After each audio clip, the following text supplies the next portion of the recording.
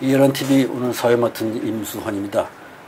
오늘도 이재춘 대사님 모시고 지난주에 진행됐던 여러 가지 국제 상황에 대해서 중요한 부분을 짚어보도록 하겠습니다. 최근에 이제 가장 최근에 일어난 일부터 한다면 ARF라 그래갖고 아시안 지역 안보 포럼이 개최됐는데 거기에 이제 아시아 국가들뿐 아니라 미국, 러시아, 우리나라, 중국 다들 모이죠. 거기 북한도 이제 참여된 지가 오래됐는데 금년에는 북한이 거기에 와서 예전과 달리 상당히 활발하게 이 나라 저 나라를 접촉하고 있다고 합니다. 그러면서 이 사람들이 미국에 대한 험담을 하고 다니는데 그것이 이제 싱가포르에서 약속한 바에 따르면 자기네들이 미국이 북한한테 체제 안전을 보장하고 이렇게 하면서 신뢰가 구축되면은 사사히 비핵화가 되는 걸로 그렇게 약속을 했는데 미국에서는 비핵화만 요구하고 있다. 이런 식으로 이제 험담을 하고 다니고 있다고 합니다. 그래서 이 문제에 대해서 먼저 우리 이재춘 대사님의 해설을 좀 들어보고 그 다음에 또 다른 여러 가지 현안들을 짚어보도록 하겠습니다. 이재춘 대사님 어떻게 이거를 저희들이 이해해야 되겠습니까? 예, 지금 임 박사 말씀하신 것처럼 지난 8월 3일, 4일 이틀 동안 싱가포르에서 이제 그 아시안 지역 안보 포럼이라는 걸 했죠. 그런데 거기엔 이 아세안 15개국 플러스 이제 우리 미국, 러시아, 중국, 일본, 북한까지 해서 한국은 물론 멤버 27개국이 모이는 이제 포럼인데 무엇보다도 당연히 최대의 관심사는 이 포럼에서 북한 핵 문제에 관한 것을 어떻게 정리를 했을까 하는 그런 것이 최대의 관심사였죠. 그리고 회의가 개최되기 전까지는 우리나라의 그 강경화 외무장관도 잠깐 언급을 했지만은 거기 이제 그 회의의 결론이 나오지 않습니까? 의장 성명 같은 거 나오는데 거기에 그 문제가 어떻게 표현될 것인가. 근데 지금까지 예측하기로는 작년 수준. 작년에는 뭐냐면 그 소위 CBID, 북한의 그 CBID, 완전하고 되돌릴 수 없는 검증 가능한 그 핵무기 해체, 이것이 막 그 결론이 그대로 나올 것이라는 예측이 많았죠. 그런데 어저께 나온 그 의장 성명을 보면은 그것이 다 빠지고 완전한 비핵화를 다시 촉구하는 것. 이것이 북한이 지금까지 얘기한 그 기조를 그대로 삼았어요. 이것은 후퇴한 것이죠. 그런데 이 후퇴한 것은 어떻게 보면은 그 당연한 결론이랄까 그렇게 돼 있어요. 왜냐하면은 4월 27일 날 소위 판문점 공동선언이라는 것이 김정은하고 문재인하고 한 그 약속이 그 한반도의 완전한 비핵화로 돼 있거든요. 그렇습니다. 그리고 그걸 받아서 6월 12일 날 싱가포르에서 트럼프 대통령 김정은이 만나서 한 그 공동 합의문에도 한반도의 완전한 비핵화를 했어요. 그러니까 아세안 국가들이 그거하고 다른 걸 뭐 해서 이러쿵저러쿵 말썽을 일으킬 필요가 없어요. 그냥 그걸 그대로 도로 베낀 겁니다. 그러니까 거기에 대해서 이걸 우리가 비난하기에는 상황이 그렇게 되지 않지요. 그런데 이것은 북한이 이번에 와서 그 리 용호라는 그 그 외교부 그 부장이 와서 한 행동을 보면은 이제 기가 살았어요. 예, 그 진작 중요한 미국이나 우리 한국 외무부 장관이 국무장관하고 그냥 뭐 회담 필요 없다. 그냥 만나서 뭐 할 수 없이 악수하고 그냥 몇 마디 했고, 아세안 국가 중요한 뭐 중국, 러시아를 위시해서 그 양국 양자 외무장관 회담을 12개국 하고 했더라고. 그러니까 굉장히 활발하게 움직였어요.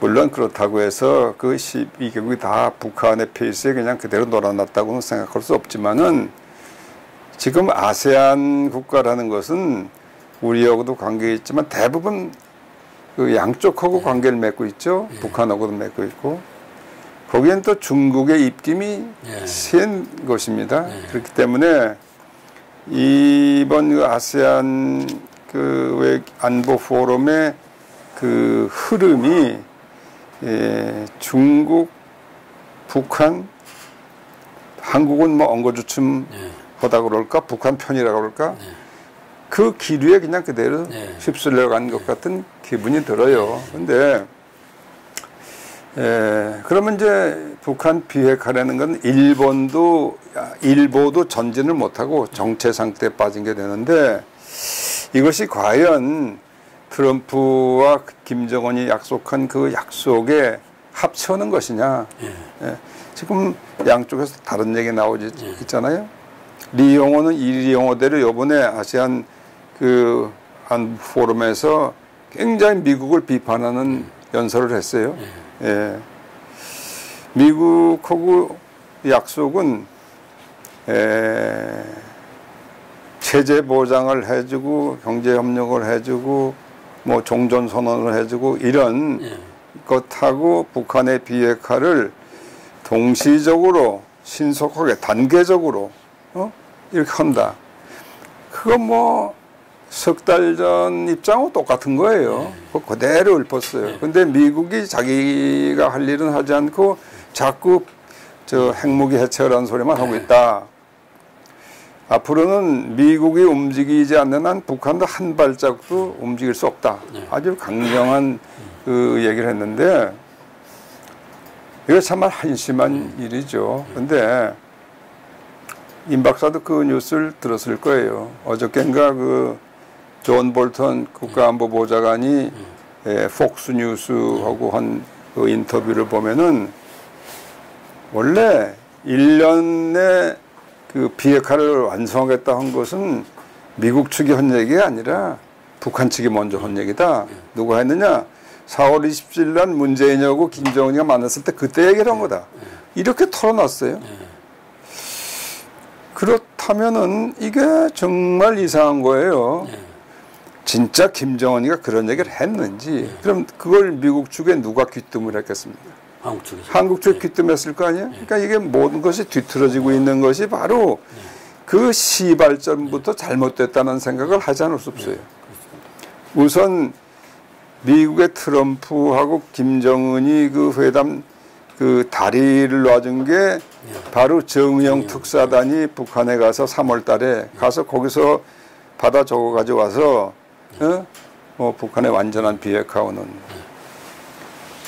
그것이 선대의 유훈이다. 선대의 유훈은 우리가 이해하기로는 그 북한의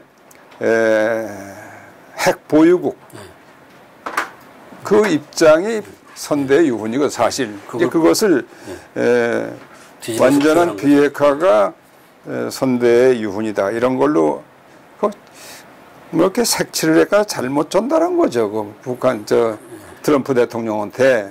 그래서 이제 이거 됐는데, 지금 또 따지고 보니까, 아니 그거 북한이 김정은이가 먼저 1년 내에 다 하겠다고 그랬다는 거, 그건 누구한테 들었어요? 문재인이가 만났을 그랬다는 거 아니에요? 그럼 그것도 우리가 가서 쪼르륵 가서 그랬다고.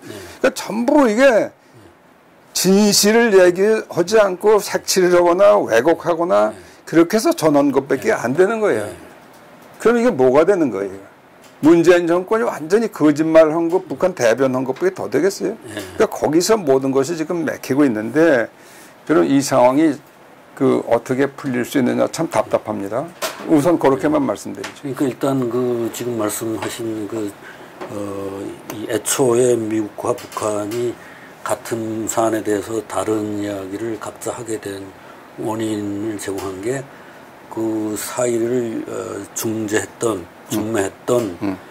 한국 정부의 그 의사 전달에서의 왜곡에 우리가 의심을 지금 둘 수밖에 없는 이런 상황이 됐다 이런 이제 말씀이신데요.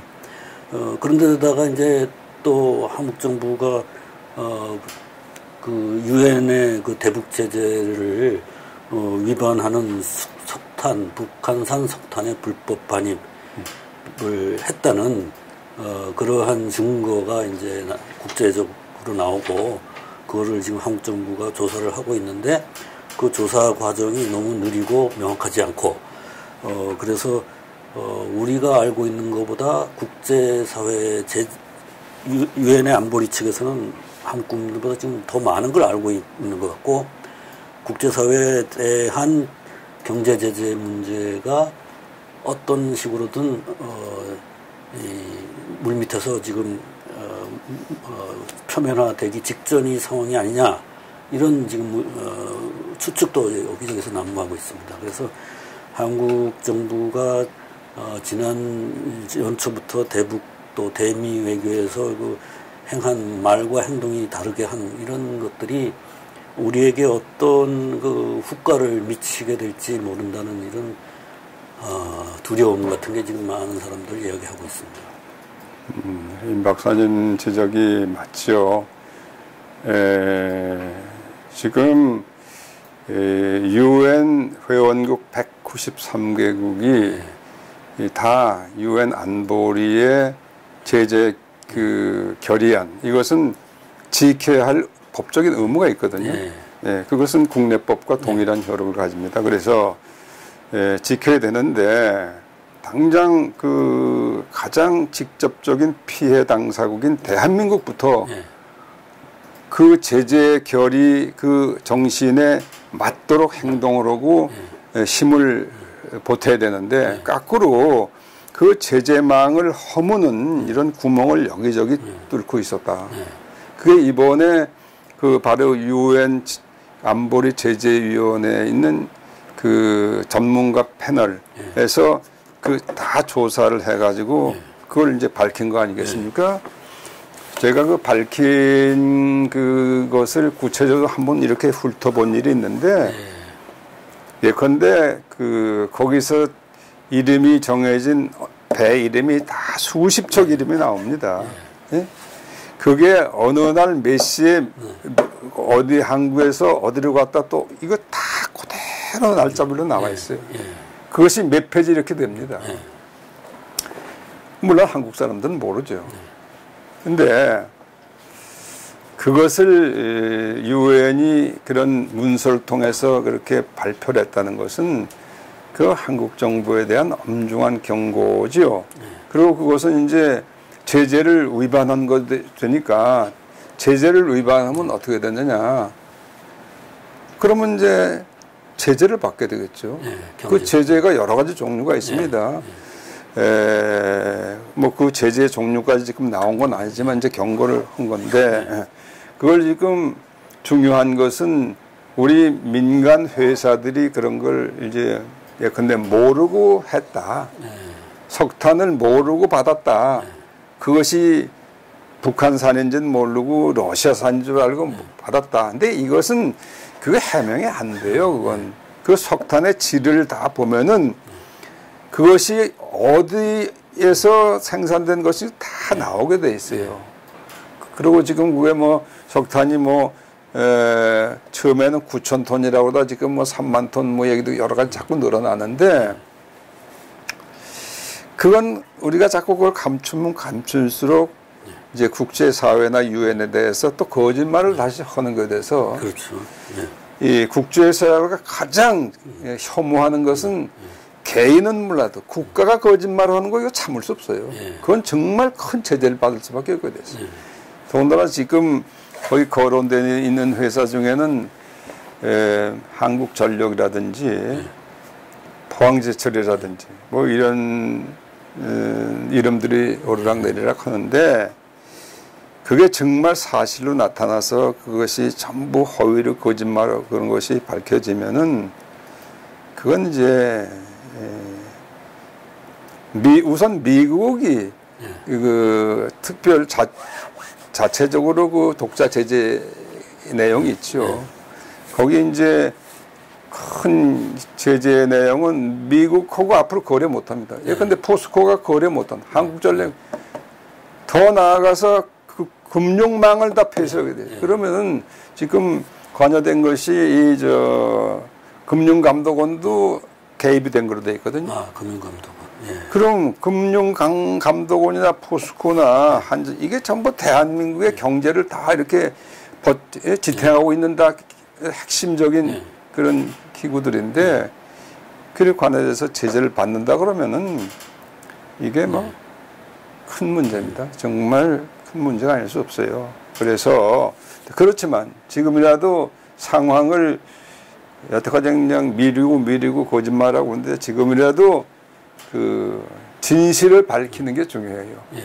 그래야 지금까지 한 행동에 대해서 어떤 불이익을 받을 수도 있지만은 앞으로는 받지 않아도 되니까 이게 그거를 분명히 소명하지 않으면요 앞으로 한국은 저는 믿을 수가 없다. 국제사회가 그렇게 판정을 내리면은 대한민국 제대로 갈 수 있겠습니까? 네. 지난 정부 때로 기억이 나는데 우리가 그 북한이 이제 유엔 제재에 대해서도 따르지 않고 핵무기를 계속 개발하고 이런 나라를 계속해서 유엔 회원국으로 우리가 받아들일 수 있느냐 축출해야 된다 이런 이야기도 우리 외무부에서 한 적이 있지 않습니까? 그 한때 있었어요. 그건 뭐 조금 시간이 지났죠. 그게 이제 2006년에 북한이 첫 핵실험을 하고 그 직후에 이제 유엔 안보리에서 여러 가지 토의가 있고 그랬는데 그때 그 북한의 그 외교관이 유엔에 와 있던 그때 대사인지 대사인지 모르겠습니다만 잊어버렸습니다만은 그 사람이 이 유엔 제재는 이건 말도 안 되는 불법적인 제재다. 우리는 이걸 완전히 무시한다. 이런 발언을 했어요. 그러니까 그때 당시에 거기에 지금은 이제 은퇴했습니다만은 오준 대사가 거기 현장에 있었어요. 오준 대사가 그 후에 한마디 했어요. 저렇게 유엔 안보리 결정을 정면으로 무시하고 유엔의 권위를 인정하지 않는 저 DPRK 조선민주주의 인민공화국이라는 저 존재가 과연 유엔의 회원국으로서 머물러 있을 자격이 있느냐 그런 얘기를 한 일도 있고 그 후에 지금 그 백악관 안보보장을 와 있는 존 볼턴이 그때 아마 유엔 대사인가 했을 거예요. 근데 그런 얘기를 했죠. 그러니까 이건 뭐 국제사회에서 벌써 그때부터 이런 깡패 국가 이건 나라도 아니다. 이거 회원국 자격이 없다. 이제 그러고 있는데 회원국 자격은 있냐 없냐는 누가 결정하죠? 유엔 안보리가 결정하는데 거기는 거부권을 행사할 수 있어요. 그러니까 중국하고 러시아가 계속 그건 막고 있는 거죠. 근데 이제 지금 그렇게 북한이 유엔의 자격이 있느냐 없느냐 유엔 안보리의 결의를 안 지키니까 자격이 없는 거냐 이렇게 문제를 제기했던 한국 정부가 그 유엔 제재를 아주 뻔뻔스럽게 무시하는 이런 행동을 해버렸으니 완전히 우리는 이제 앞뒤가 맞지 않는 그럼요. 그런 그래서 이미 한국은 유엔에서 그러니까 유엔이 국제사회를 대표하는 기관 아닙니까? 그 신뢰를 잃어버렸죠. 그 미국 우리는 지금 한미동맹을 그 중심으로 해서 단합해서 이 문제를 해결해야 되는데 한미동맹은 지금 이제 껍데기만 남았고 미국이 신뢰할 수 없는 상대가 오히려 적국 김정은이가 얘기하는 것보다도 문재인이 얘기하는 더 못 믿게 돼 있어요 지금. 그렇죠. 그렇게 돼 있으니까 이거는 이제 한미동맹은 사실은 거의 그 뭐 없어지고 있죠. 그렇게 보면 되는데 그러니까 어떻게 됩니까? 지금까지는 그래도 한국하고 미국하고 일본 이 삼각 체제를 가지고 이러한 이슈에 대해서 공동으로 힘을 합쳐 대처해 왔는데 지금은 이게 중국, 북한, 문재인, 러시아까지 이제 합세해 가지고 4대2 구조로 된 거. 지금 뭐 과거에 육자회담이라는 거 있었죠. 그게 이제 육자회담의 당사국들인데 육자회담을 만일 하면 안 되지만 한다면 이제 4대2가 돼요. 그러니까 지금 이 문재인 정부가 하는 것은 이제 이 체제가 언제까지 갈지 나는 모르겠습니다. 그러나 이 체제는 더 이상 좀 버티기 어려울 겁니다. 국제적으로도. 국내적으로도 한계에 왔지만은 국제적으로도 버티기 어려울 거예요. 엄청나게 꼬여 있는 것 같습니다. 이번에도 강경화 장관은 뭐 ARF에 가서 그 종전선언 뭐 이거를 가지고 협의를 하고 다녔다고 그렇게 보도가 되고 있고. 그렇죠. 완전히 그 대한민국의 그 70년 전통을 깡그리 무시하는 그런 외교들을 하고 있는 것 같습니다. 금년이 건국 70주년입니다만은 그 자체도 우리는 그 유엔의 감시단, 선거 감시단의 그 감시 속에서 이제 총선거를 실시해서 처음에 나라를 출범시킬 수 있는 계기가 만들어졌고 또 그렇게 해서 유엔에 의해서 승인됐던 최초의 이제 국가로서 이렇게 지금까지 이런 전통을 이어왔음에도 불구하고 유엔의 제재를 그냥 함부로 이렇게 무시하는 이런 아주 앞뒤가 맞지 않는 이런 상태로까지 왔습니다.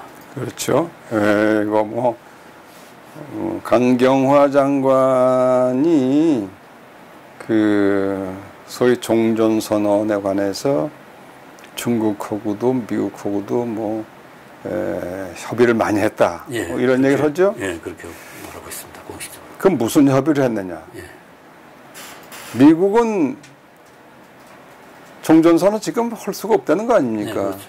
아니 핵 문제, 핵자도 아직 이 단계로 들어가지 않았는데 핵 시설이 뭐가 있는지 뭘 어떻게 앞으로 포기를 할지 그거 리스트도 안 내고 있는데 그런 마당에서 무슨 종전선언이 말도 안 되는 소리라고 그랬는데 그런 상황에서 중국하고 미국하고 협의를 했다?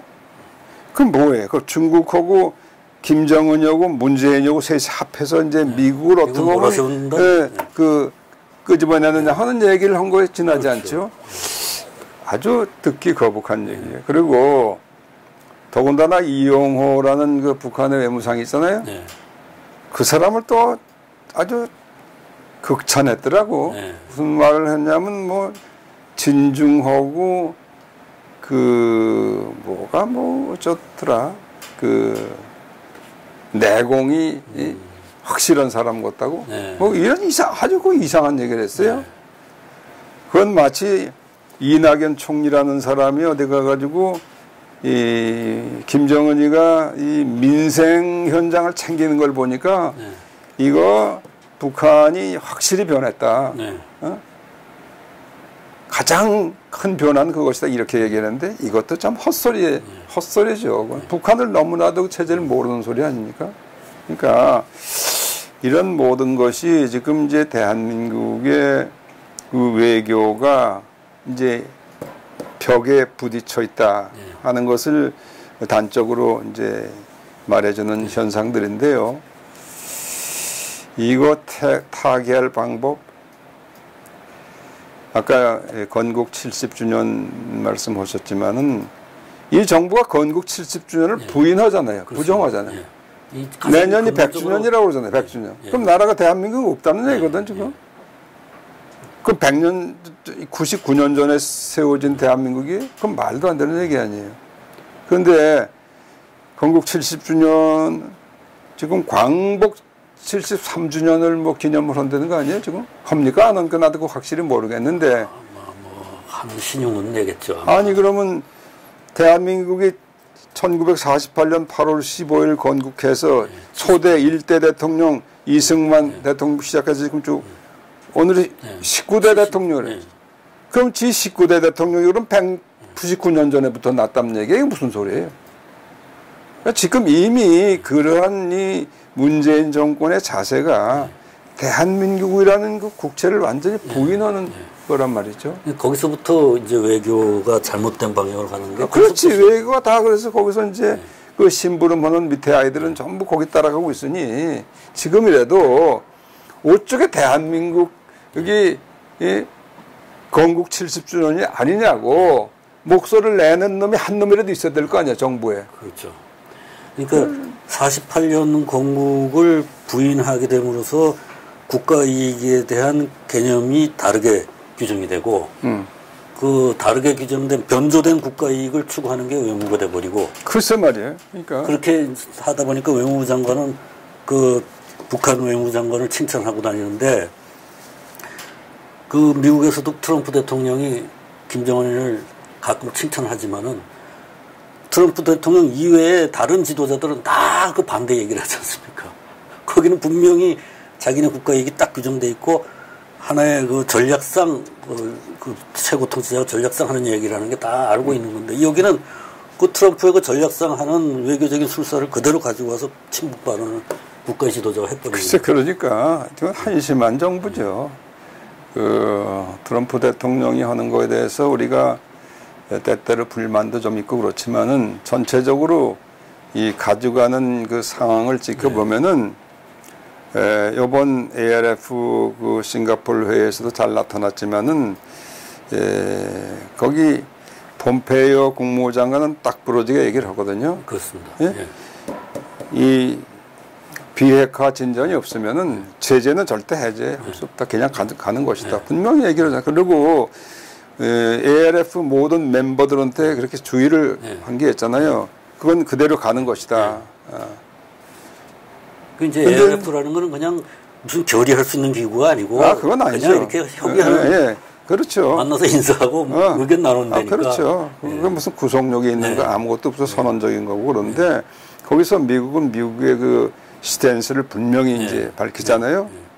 근데 이제 그 트럼프 대통령은 이제 가끔 북한 칭찬하는 김정은이 칭찬하는 것도 하고 또 친서 의결하고 그래가지고 친서를 받고 또 이번에도 또 답장을 이렇게 보내고 이런 제스처를 취하는데 그거는 트럼프 대통령이 혼자 그렇게 해서 하는 게 아니라 그거는 대통령하고 그 보좌관들 사이의 일종의 그 업무 분장이랄까 그런 것이 난 있다고 보죠.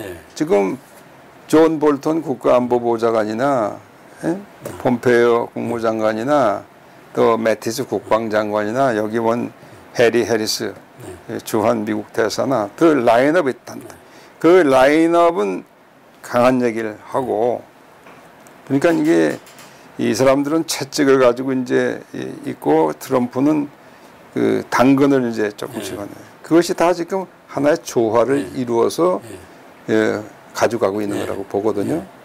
그렇게 생각을 하면은 그 트럼프의 그러한 이제 제스처, 그런 언동을 이해할 수도 있어요. 그러니까 우리가 조금 더 지켜봐야 되겠는데 좀 답답하게 나죠. 그리고 가장 중요한 건 우리가 그 트럼프 정부 같이 힘을 합쳐야 되는데 그 힘을 분산시키고 그 힘을 적극적으로 그 기울이고 있다. 이게 아주 가장 아픈 얘기입니다. 처음에는 한국 정부가 그 미국의 이익에 반하면서 북한의 이익에 협조한다는 것을 의심하기 시작했는데 몇 달 전까지는 이제 점점 그것이 그런 행동이 되풀이되면서 이제 확신이 들더니 결국은 석탄의 불법 반입을 해서 이제 행동으로서 우리가 확인하는 그런 단계까지 보게 되는 걸로 그렇게 생각이 듭니다. 그러니까 이게 이제 동맹에서 적으로 가는 순서가 되죠. 그게 이제 결국 그것을 건국 70주년을 부정하는 그런 하나의 자기 국가에 대한 배신이 외교적으로도 배신으로 결과가 되지 않나 이런 생각. 그렇습니다. 그래서 지금 요번에 이제 건국 70주년 기념을 정부가 안 하는 거기 때문에 우리 시민사회에서 우리 각자가 다 그 이 70주년 기념을 해야 되겠는데 그렇습니다. 지금 실내에서 오는 거는 8월 15일 10시부터 국회의원회관 대회의실에서 네. 이제 그 70주년 건국기념일을 아주 엄숙하게 우리가 할 것입니다. 그리고 이제 그날 오후는 아마 1시부터 이 광화문 쪽에 애국 시민들이 다 모여서 또 나름대로 거기에서 그 70주년 경축 행사를 가지려고 합니다. 우리 임 박사도 그때 나오시죠? 예, 그러겠습니다. 우리 시민사회 어른분들께서 어렵게 지금 뭐 전혀 이런 여건이 돼 있지 않습니다. 정부에서는 물론 오히려 그걸 의심의 눈초리만 보고 그리고 내부적으로 우리 말하자면 국가를 생각하는 사람들의 모임도 그렇게 하나의 그 목소리를 낼 수 있는 그런 사정이 아님에도 불구하고 이걸 안타깝게 생각하는 여러 어른들이 모여서 마련하는 행사니까 여러분들이 많이 성원하시고 참가해 주시면 고맙겠습니다. 저희도 저희 신문 리버티 코리아 포스트에 공고를 내고 거기에 지지하는 여러 기사들을 모집해서 싣도록 노력하겠습니다. 오늘 여기까지 말씀 참 고맙습니다. 네, 고맙습니다.